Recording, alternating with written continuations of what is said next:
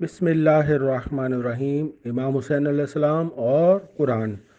تاریخ زندگانی امام علی مقام پہلی سورہ جو قرآن کی پڑھی ہے، انہوں نے شہادت امام حسن علیہ السلام کے بعد دعا کی، بار الہ مجھے توفیق دے کہ میں تیری نعمتوں کا شکریہ ادا کروں جو تو نے مجھ پر اور میرے والدین پر نازل کی ہیں، اور میں ایسا عمل صالح کروں کہ تو راضی ہو جائے، اور میری اولاد کو صالح قرار دے کہ میں تیری ہی طرف متوجہ ہوں اور تیری ہی اطاعت گزار بندہ ہوں۔ سورہ قاف کی آیت نمبر 15۔ سکوتا مرگ معاویہ، یعنی کہ امام جب خاموش رہے، جب امام حسن علیہ السلام نے جو ہے وہ صلح نامہ کر لیا تھا اور امام کی شہادت ہو گئی تھی، تو امام نے جو ہے سورہ مائدہ کی آیت پڑھی، ایمان والو اپنے عہد کو وفا کرو۔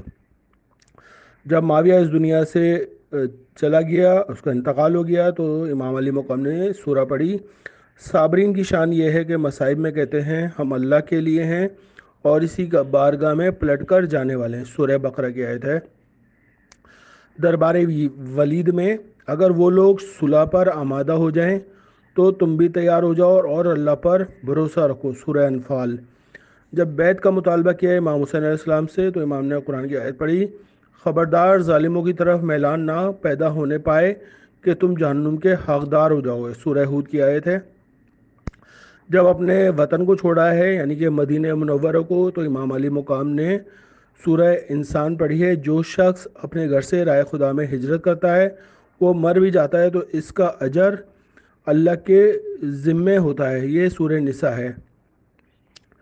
قصد مکہ، جب مکہ کی طرف جا رہے تھے تو سورہ آل عمران پڑھی، جو خانہ کعبہ میں داخل ہو جائے وہ محفوظ ہو جاتا ہے۔ جب جناب مسلم کو بھیجا تو پڑھا، اگر وہ لوگ دین کے بارے میں تم سے مدد مانگے تو تمہارا فرض ہے کہ ان کی مدد کرو۔ سورہ انفال ہے یہ۔ جب خروج کیا مکہ سے تو جو شخص شاعر الہیہ کی تعظیم کرے وہ اس کے تقوی کا نتیجہ ہے۔ سورہ حج کی آیت پڑھی تھی۔ جب عراق کی طرف جا رہے تھے تو پڑھی، اے پیغمبر کہہ دیجئے اگر تم لوگ اپنے گھروں میں بیٹھے رہو گے تو وہ لوگ بہرحال نکلیں گے جن کا مقدر شہادت ہے۔ سورہ آل عمران ہے یہ۔ جب ان کا امتحان لیا گیا امام علی مقام کا، تو انہوں نے سورہ پڑھی، اللہ تمہارا ایک نہر کے ذریعے امتحان لے گا، جو اس سے پانی نہ پیے گا وہ مجھ سے ہوگا۔ سورہ بقرہ۔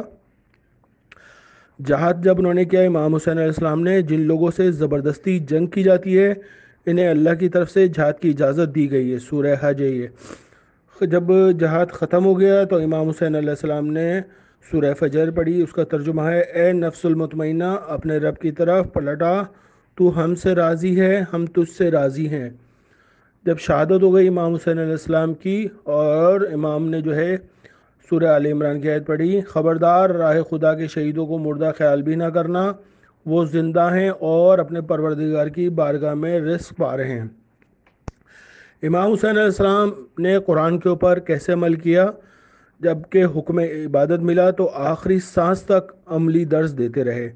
تقوی پر عمل کرنے کے لیے سراپا تقوی بنے رہے، یعنی کہ امام علی مقام اچھے لباس اور اچھی چیزیں پہن کر لوگوں کے سامنے رہے، اور ذرا سا بھی خوف امام حسین علیہ السلام کے چہرے پر نظر نہیں آتا، بلکہ کہتے ہیں ان کی خوبصورتی بڑھتی جا رہی تھی وقت کے ساتھ ساتھ۔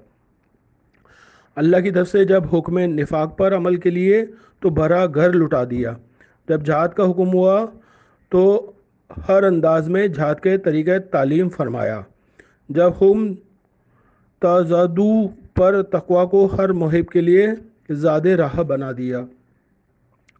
حکم اقرضوا پر سب کچھ راہ خدا میں دے دیا، جیسے امام زین العابدین نے اپنا پورے گھر کا سامان جو ہے 2 دفعہ اللہ کی راہ میں دے دیا تھا۔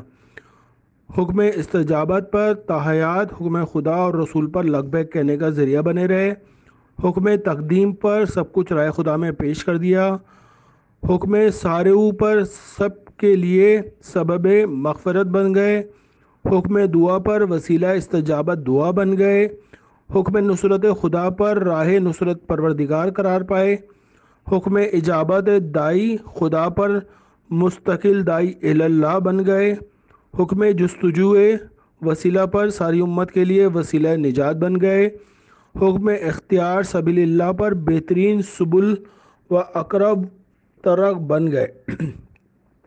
امام حسین کے ارشادات رسول خدا کی طرف سے، پروردگار میں حسین کو دوست رکھتا ہوں، تو اسے اور اس کے دوستوں کو دوست رکھنا۔ یہ مسند احمد حنبل سے ہے یہ۔ میں اہل بیت سے جنگ کرنے والے کے لیے سراپائے جنگ اور صلح کرنے والے کے لیے سراپائے صلح ہوں۔